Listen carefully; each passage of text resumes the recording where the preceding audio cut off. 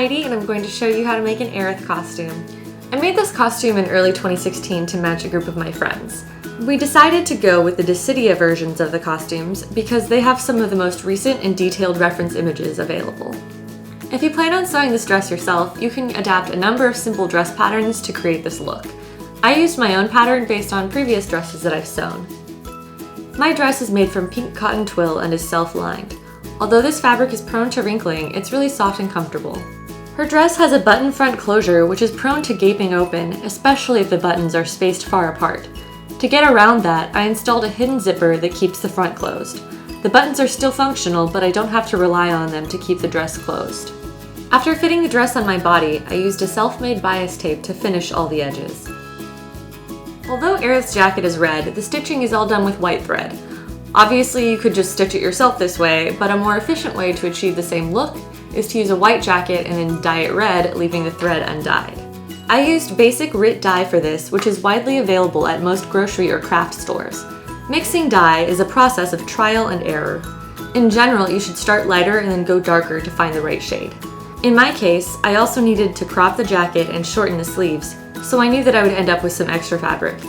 I trimmed off this extra fabric first to make dye test strips. You need to make sure that the jacket you're using is primarily cotton or linen, which are fibers that are very receptive to dye.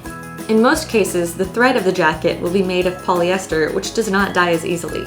Your jacket's fabric should accept the dye and the thread should resist it, leaving you with the desired color contrast. Do not use a dye that is meant for polyester or you'll end up dyeing the thread as well. You can already see here that the fabric is super vibrant while the thread remains undyed. You should always pre-wash your fabric first to get rid of any unseen chemicals that could affect how it absorbs dye. After dyeing the jacket, I still needed to take it in a little and hem the sleeves. I removed the jacket's waistband and reattached it onto the cropped jacket to maintain the look of the original. Finally, I used veg-tanned leather strips to make the little belts on Aerith's sleeves. I dyed these with a water-based leather dye, then attached them to some mini buckles with rivets. The belt loops on the sleeves were made from the extra fabric cut from the original jacket. For her necktie, I just used some black cotton cord and tied it in a bow around my neck. I found that using the so-called bunny ears method helps me keep my bow loops looking even and pretty. This wig was actually not styled by me. I purchased this from Melinda Chan, who also styled my partner's cloud wig. Luckily, she has a tutorial available that covers some of the aspects of styling this wig, and I'll make sure to link to that in the description below. If you're wondering how to make Aerith's bracelets or her staff, my next videos will cover those projects. So check out the links below if you want to see some more tutorials, and subscribe for new cosplay videos every Wednesday. Thanks for watching! See you guys later.